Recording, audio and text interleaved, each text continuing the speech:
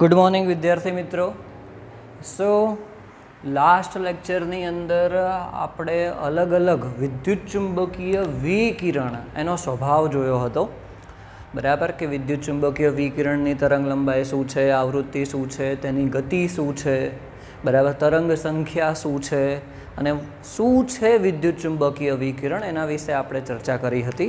હવે આજનો જે આપણો ટૉપિક છે ને એટલો ઇમ્પોર્ટન્ટ ટૉપિક છે કે જેના કારણે આખા વિશ્વમાં એક પ્રકાશ શું છે, બરાબર, કે વિદ્યુત ચુંબકીય વિકિરણ એકચ્યુઅલીમાં શું કામ કરે છે. કેમ કે એ સમયમાં એક બહુ મોટો ક્વેશ્ચન હતો કે પ્રકાશ છે એ દ્વૈત પ્રકૃતિ ધરાવે છે. એ તરંગ સ્વરૂપે પણ ગતિ કરે છે અને કણ સ્વરૂપે પણ ગતિ કરે છે, પરંતુ એને કોઈ સાબિત કરી શકતું નહોતું. દ બ્રોગલી નામના વૈજ્ઞાનિકે થિયોરિટિકલ સાબિત કર્યું હતું એ વસ્તુ, પરંતુ પ્રેક્ટિકલી એ સાબિત કરી શક્યો નહોતો. બરાબર. મેક્સ પ્લાન્કે પણ એને સમજાવવા માટે ટ્રાય કર્યા, બરાબર, અને એણે એવા તારણો પણ આપ્યા, પરંતુ એ અમુક પ્રશ્નોનો જવાબ ના આપી શક્યો અને એણે કહી દીધું કે તે પ્રકાશ કણ સ્વરૂપ ધરાવે છે. બરાબર. અને ફાઇનલી એને સાબિત કર્યું આઇન્સ્ટાઈને, બરાબર, આલ્બર્ટ આઇન્સ્ટાઈને સાબિત કર્યું કે જે પ્રકાશના કિરણો છે, વિદ્યુત ચુંબકીય વિકિરણો છે, તે કણ સ્વરૂપ પણ ધરાવે છે અને તે તરંગ સ્વરૂપ પણ ધરાવે છે. એ દ્વૈત પ્રકૃતિ, એક સાથે બે સ્વરૂપ ધરાવે છે. બરાબર. એ દ્વૈત પ્રકૃતિ ધરાવે છે. તો સૌ પ્રથમ તો આપણો જે સિદ્ધાંત છે પ્લાન્કનો ક્વોન્ટમ સિદ્ધાંત, ક્વોન્ટમ અથવા તો એને બીજું કાળા પદાર્થના વિકિરણની ઘટના તરીકે ગણવામાં આવ્યું હતું. તો ક્વોન્ટમ સિદ્ધાંત એટલે શું? સૌથી પહેલાં તો ક્વોન્ટમ એટલે શું એ શબ્દ સમજવો તમારે જરૂરી છે. બરાબર. તો એવું કહી શકીએ કે વિદ્યુત ચુંબકીય વિકિરણનું ન્યૂનતમ સ્વરૂપ, આપણે વિદ્યુત ચુંબકીય વિકિરણનું એકદમ નાનું સ્વરૂપ લઈ લઈએ કે જે પ્રતિક્રિયામાં, કોઈ પણ ઇન્ટરેક્શનમાં તે ભાગ લે છે, તેને આપણે ક્વોન્ટમ કહીશું. અથવા તો આ કણ સ્વરૂપે કીધું હતું. જો ઉર્જા સ્વરૂપે કહેવું હોય તો વિદ્યુત ચુંબકીય ઉર્જાનું સૌથી નાનું સ્વરૂપ, કે ઉર્જા જે છે વિદ્યુત ચુંબકીય ઉર્જા, તે એકદમ નાના નાના સ્વરૂપમાં લઈએ તો પછી એને શું કહીશું? આપણે ક્વોન્ટમ કહીશું. શું કહીશું? આપણે એને ક્વોન્ટમ કહીશું. આ વસ્તુ શું છે આપણે આગળ સમજીશું. ટેક્સ્ટ બુકમાં તમને એટલું બરાબર રીતે નથી સમજાયેલું, આપણે અલગ અલગ એક્ઝામ્પલો લઈને એને સમજીશું કે ક્વોન્ટમ શું છે. બરાબર. તો વિદ્યુત ચુંબકીય ઉર્જાનું સૌથી નાનું સ્વરૂપ, એને આપણે ક્વોન્ટમ કહીશું. આટલી વસ્તુ યાદ રાખજો. બરાબર. તો ઈસવીસન 1800માં મેક્સ પ્લાન્કે અલગ અલગ પ્રકારના એક્સપેરિમેન્ટ કર્યા. બરાબર. એમાં એણે કાળા પદાર્થના વિકિરણની ઘટના પરથી ક્વોન્ટમ સિદ્ધાંત આપ્યો. કાળા પદાર્થનું વિકિરણ. બરાબર. તો કાળો પદાર્થ એટલે શું? ઓકે, આપણા માઇન્ડમાં એક ક્વેશ્ચન થાય કે કાળો પદાર્થ એટલે શું? ઓકે, તો કાળો પદાર્થ આપણે એને કહીશું કે જે બધા જ પ્રકારના વિકિરણોનું શોષણ કરે. બરાબર. કાળો પદાર્થ કે જે બધા જ પ્રકારના વિકિરણો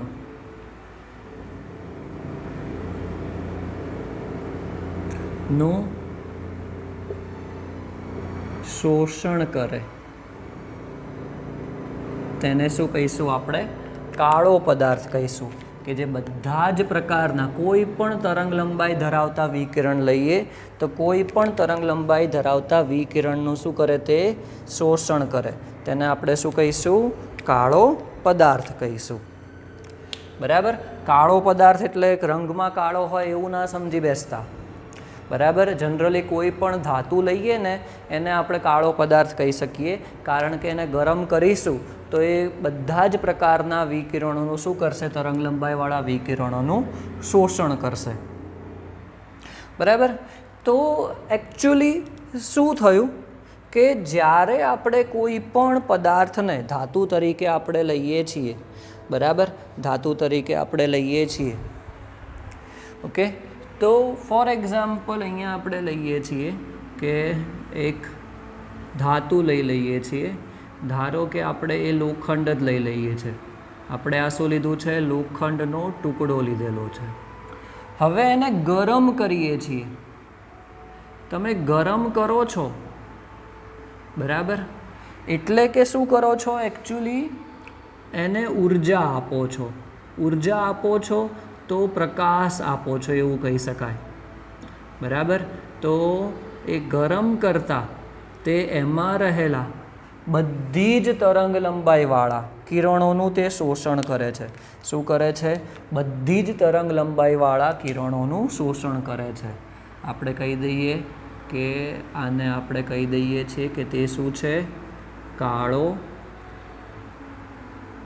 પદાર્થ છે, બરાબર. તે શું કરે છે? બધી જ તરંગ લંબાઈવાળા, બધી જ તરંગ લંબાઈવાળા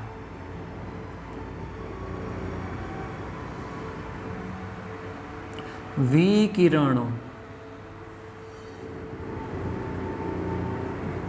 નું શોષણ કરે છે, નું શોષણ કરે છે,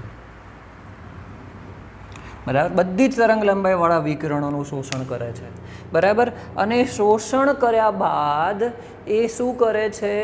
તો એ 3 પ્રકારની ઘટના બતાવે છે. વિદ્યુત ચુંબકીયનું શોષણ તો કર્યું, પરંતુ એ સ્થાયી નહીં રહી શકે. શોષણ કર્યા બાદ તે પોતાનામાંથી જુદી જુદી તરંગ લંબાઈ ધરાવતા વિકિરણોનું, ઓલમોસ્ટ એવું કહી શકાય કે બધી જ તરંગ લંબાઈ ધરાવતા વિકિરણોનું ઉત્સર્જન કરે છે, બરાબર. આ શું કરે છે? તો તે બધી જ લગભગ બધી જ તરંગ લંબાઈ ધરાવતા વિકિરણોનું ઉત્સર્જન કરે છે. શું કરે છે? ઉત્સર્જન કરે છે. તો આ જ વસ્તુને મેક્સ પ્લાન્કે સમજાવી કે ધાતુને ગરમ કરતાં, એને એકચ્યુઅલી ગરમ કરીએ છીએ તે શું કરે છે? વિકિરણોનું શોષણ કરે છે. એમાં રહેલા ગરમ કરીએ છીએ એટલે ઉર્જા આપીએ છીએ, એટલે ઉર્જાનું શોષણ કરે છે. અને શોષણ કર્યા બાદ એ પોતાના અંદરથી અલગ અલગ તરંગ લંબાઈવાળા, લગભગ બધી જ તરંગ લંબાઈવાળા વિકિરણોનું શું કરે છે? ઉત્સર્જન કરે છે. અમુકનું વધારે પ્રમાણમાં કરશે, અમુકનું ઓછા પ્રમાણમાં કરશે, પરંતુ લગભગ બધી જ તરંગ લંબાઈવાળા વિકિરણોનું તે ઉત્સર્જન કરે છે, બરાબર.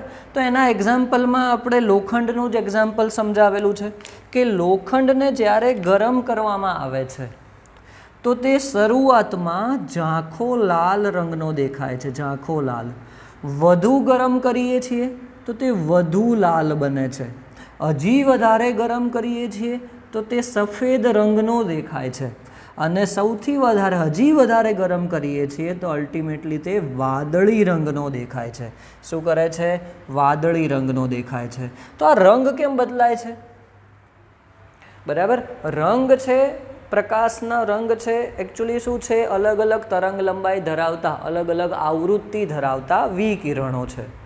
તો એવું કહી શકાય છે કે ગરમ કરતા જતાં તે શરૂઆતમાં ઓછી આવૃત્તિવાળા વિકિરણોનું ઉત્સર્જન કરે છે અને પછી વધુ આવૃત્તિવાળા વિકિરણોનું ઉત્સર્જન કરે છે, બરાબર. એવું આપણે કહી શકીએ.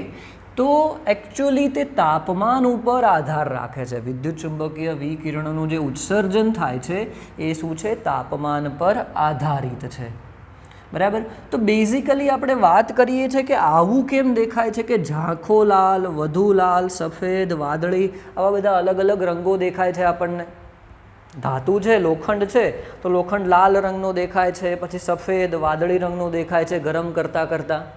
તો તાપમાન બદલાવાના કારણે શું થાય છે? એકચ્યુઅલી એ ઉર્જાના શોષણની સાથે સાથે શું કરે છે? અલગ અલગ તરંગ લંબાઈવાળા આને આપણે λ1 કહી દઈએ, ચલો આની λ2 કહી દઈએ, બરાબર. આ λ3, આ λ4, આ λ એટલે તરંગ લંબાઈ, બરાબર. λ5 એટલે અલગ અલગ તરંગ લંબાઈવાળા વિકિરણોનું ઉત્સર્જન કરે છે, બરાબર. તો કલર કયો દેખાય છે આપણે, તો એના માટે મેક્સ પ્લાન્કે એક ગ્રાફ ડ્રો કર્યો, બરાબર. ગ્રાફ છે તીવ્રતા અને તરંગ લંબાઈનો, તીવ્રતા અને તરંગ લંબાઈનો.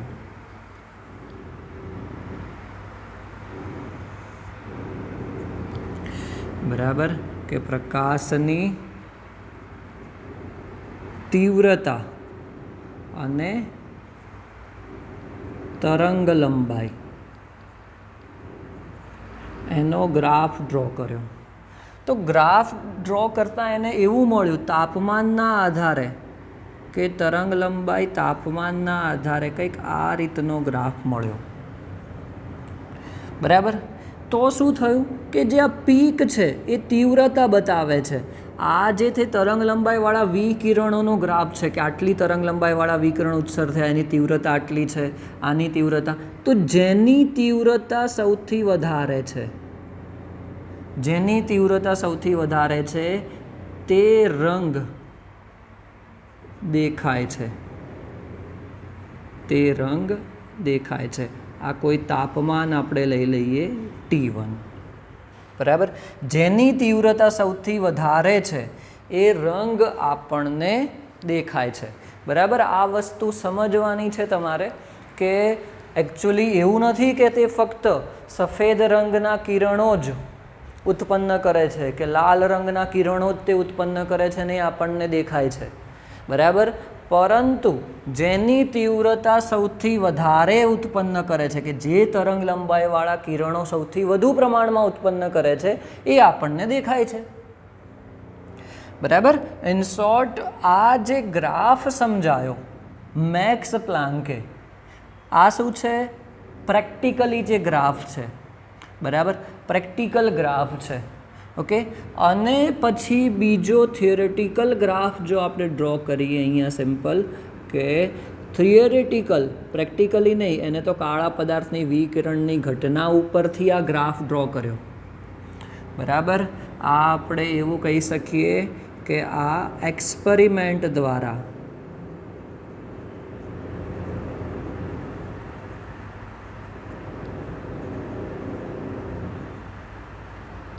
આ આપણને ગ્રાફ મળ્યો હતો મેક્સ પ્લાન્કને. અને થિયરેટિકલ, કે એને થિયરેટિકલ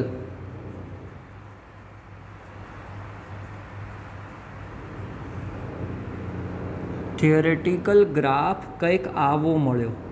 સેમ વસ્તુ છે કે તરંગ લંબાઈ એટલે લેમ્બડા, આઈ એટલે ઇન્ટેન્સિટી, તીવ્રતા. તો થિયરેટિકલ ગ્રાફ એને કંઈક આવો મળ્યો. તો પ્રેક્ટિકલ ગ્રાફ આવો છે તીવ્રતા અને તરંગ લંબાઈનો, અને થિયરેટિકલ ગ્રાફ કંઈક આવો મળ્યો. તો મેક્સ પ્લાન્કને એવું થયું કે એક્સપેરિમેન્ટલી આપણને પ્રયોગો દ્વારા આવો ગ્રાફ મળે છે, અને થિયરેટિકલ આપણે ચોપડામાં ગણતરી કરીને કરીએ છીએ તો આ રીતનો ગ્રાફ મળે છે. તો આવું કેમ થાય છે એ વસ્તુ એ સમજાવી શક્યો નહોતો, બરાબર. આ વસ્તુ કેમ આવું થાય છે કે થિયરેટિકલ આવું થાય છે, પ્રેક્ટિકલી આવો ગ્રાફ મળે છે. આ રીતે કાળા પદાર્થનું વિકિરણનો ઉત્સર્જનવાળો પ્રયોગ કર્યો તો એને કંઈક આ રીતનો ગ્રાફ મળ્યો કે તાપમાન આવું છે. જો હજી આપણે શું કરીએ કે અહીંયા તાપમાન વધારીએ, બરાબર, તો એને કંઈક આ રીતનો ગ્રાફ મળે છે, બરાબર. તો પાછી કોઈક રંગ બદલાઈ જશે. અહીંયા જેની તીવ્રતા જેટલી વધારે હશે એ તમારો શું હશે, રંગ બતાવશે. આ T2 છે, બરાબર. તો હવે પ્રેક્ટિકલી આવો ગ્રાફ મળે છે, થિયરેટિકલ આવો મળે છે. તો આ જે ચેન્જીસ જોવા મળ્યો છે ગ્રાફમાં, કે શરૂઆતમાં જ ચેન્જ છે, જો પછી તો પાછળથી એ જ રીતે થાય છે, તો પણ શરૂઆતમાં ચેન્જ કેમ થાય છે એ વસ્તુ પ્લાન્ક સમજાવી શક્યો નહીં. આવું કેમ થાય છે સમજાવી ના શક્યો, પરંતુ એણે પોતાનું તારણ આપી દીધું બરાબર. એણે પોતાનું તારણ આપી દીધું કે આવું કેમ થાય છે, કે ગ્રાફ કેમ બદલાય છે, પ્રેક્ટિકલ અને થિયરેટિકલ. એ વસ્તુ મેક્સ પ્લાન્ક સમજાવી શક્યો નહીં, પરંતુ એણે તારણ પોતાનું આપી દીધું અને એ સાચું પણ પડ્યું. બરાબર. મેક્સ પ્લાન્કે ક્વોન્ટમ સિદ્ધાંતમાં તારણ એવું આપ્યું કે જે પ્રકાશના વિદ્યુત ચુંબકીય વિકિરણો છે, બરાબર, એ કણ સ્વરૂપ ધરાવે છે.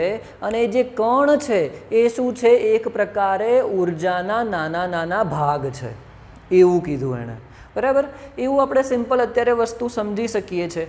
ફોર એક્ઝામ્પલ, તમારી ઉપર તમારા ઘરમાં ટ્યુબલાઇટ હશે, તમે ટ્યુબલાઇટને ચાલુ કરો છો તો તમે વિકિરણોને જોઈ નથી શકતા, પરંતુ એકચ્યુઅલી વિકિરણો આમ સીધી લીટીમાં સળંગ ના હોય, તે ટુકડા ટુકડા હોય છે આ રીતે. બરાબર. આ જે ટુકડા જ છે એને શું કહીએ છીએ આપણે? ક્વોન્ટમ કહીએ છીએ. આપણે એ વસ્તુ સમજીએ તો સૌથી પહેલાં આપણે એવું કરીએ કે મેક્સ પ્લાન્કનો સિદ્ધાંત લખીએ, કે સિદ્ધાંત એણે શું કીધો? સિદ્ધાંતમાં એણે એવું કીધું કે વિદ્યુત ચુંબકીય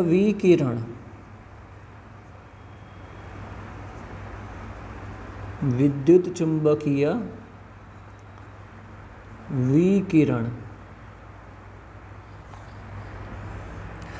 કણ સ્વભાવ, કણ અને તરંગ સ્વભાવ ધરાવે છે. બરાબર. અને આ તરંગો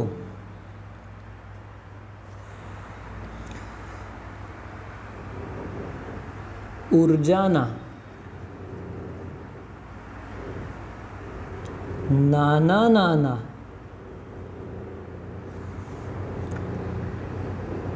ભાગમાં કણ સ્વરૂપે ગતિ કરે છે. શું કરે છે? કણ સ્વરૂપે ગતિ કરે છે. બરાબર. આવું મેક્સ પ્લાન્કે કીધું કે વિદ્યુત ચુંબકીય વિકિરણ કણ અને તરંગ સ્વભાવ બંને ધરાવે છે. એવું નહીં કે ખાલી એકલો કણ સ્વભાવ કે એકલો તરંગ સ્વભાવ ધરાવે છે, બંને સ્વભાવ ધરાવે છે. અને આ જે તરંગો છે એ કઈ રીતે ગતિ કરે છે? તો ઉર્જાના નાના નાના ભાગમાં કણ સ્વરૂપે ગતિ કરે છે. શું કરે છે? ઉર્જાના નાના નાના ભાગમાં તે કણ સ્વરૂપે ગતિ કરે છે. અને આ જે ઉર્જાના નાના નાના ભાગ છે એને જ આપણે ક્વોન્ટમ કહીએ છીએ. શું કહીએ છીએ? ક્વોન્ટમ કહીએ છીએ. તો સૌથી પહેલાં તો આપણે આ વસ્તુ હજી સમજીશું કે કઈ રીતે આપણે આ વસ્તુને સમજાવી. તો ફોર એક્ઝામ્પલ, આપણે લાઇટ ચાલુ કરીએ છીએ, ટ્યુબલાઇટ, તો એમાંથી વિદ્યુત ચુંબકીય વિકિરણો નીકળે છે. બરાબર. પણ એ તો આપણને સળંગ દેખાય છે. ઓકે. એનું એક સિમ્પલ એક્ઝામ્પલ કે આપણી આંખ એને અલગ કરી શકતી નથી. એક બીજું એક્ઝામ્પલ તમને આપી શકીએ.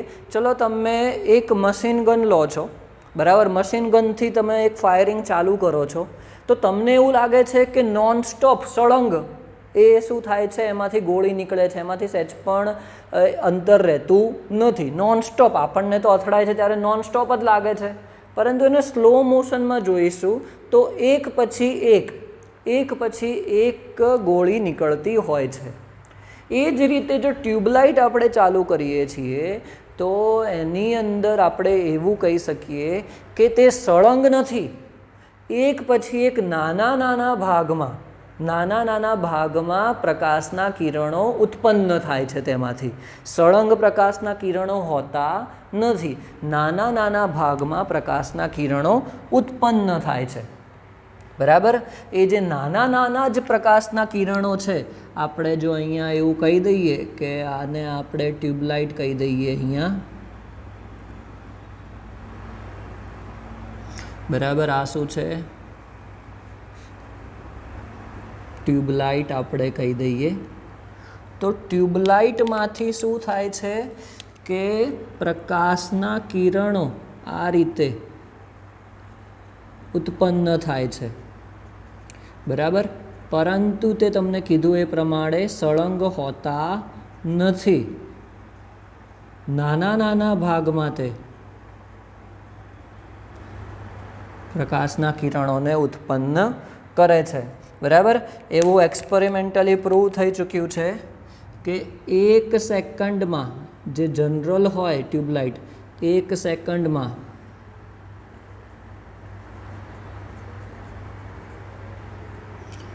10⁻23 જેટલા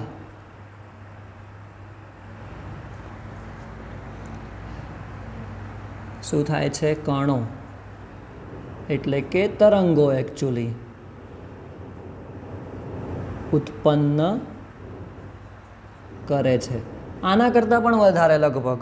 તો હવે આના કરતાં પણ વધારે ઉત્પન્ન થતા હોય 1 સેકન્ડમાં, તો આપણે તો ક્યાંથી એને જોઈ શકવાના હતા અલગ અલગ?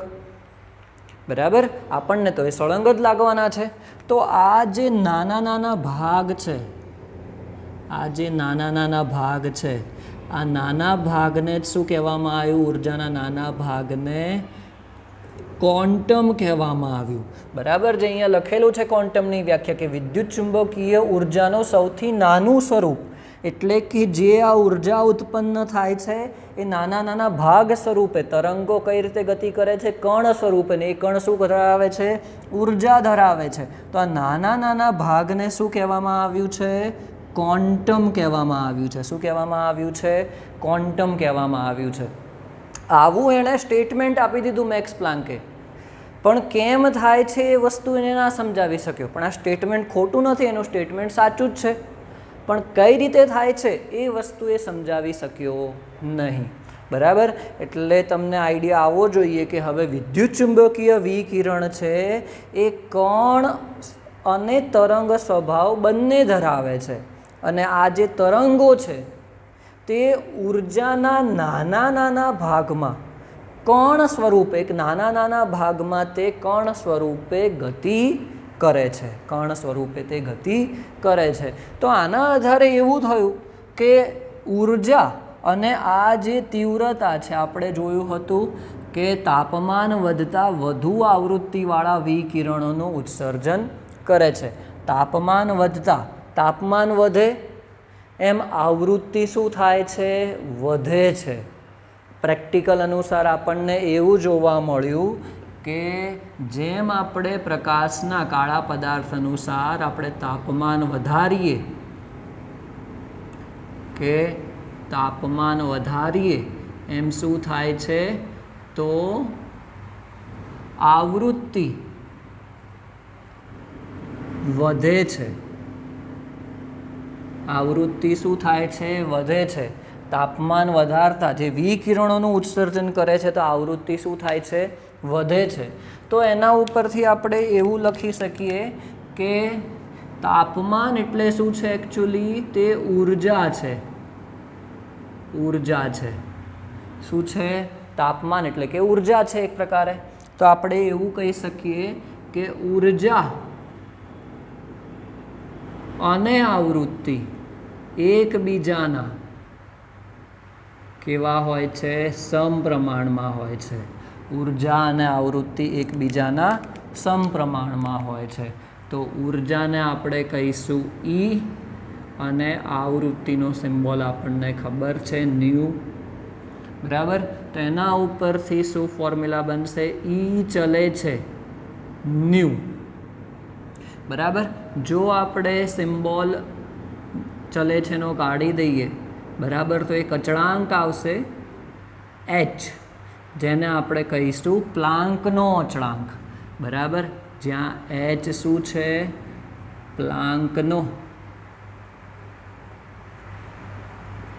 અચળાંક છે. બરાબર. H શું છે? પ્લાન્કનો અચળાંક છે. બરાબર. પ્લાન્કના અચળાંકની વેલ્યુ પણ તમે યાદ રાખજો, 6.34 ગુણ્યા 10 બરાબર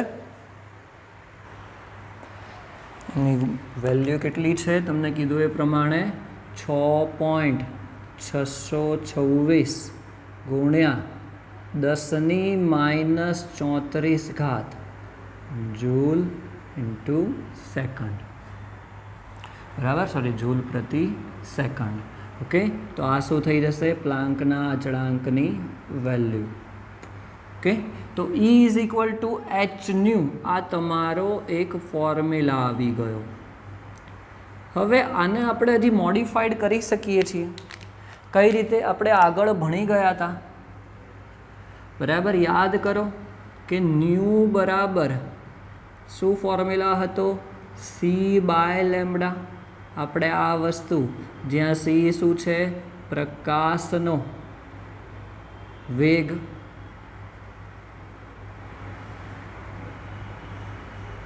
બરાબર, અને લેમ્બડા એ તરંગ લંબાઈ પ્રકાશની.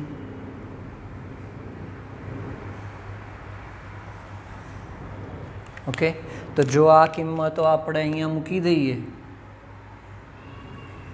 તો શું થઈ જશે?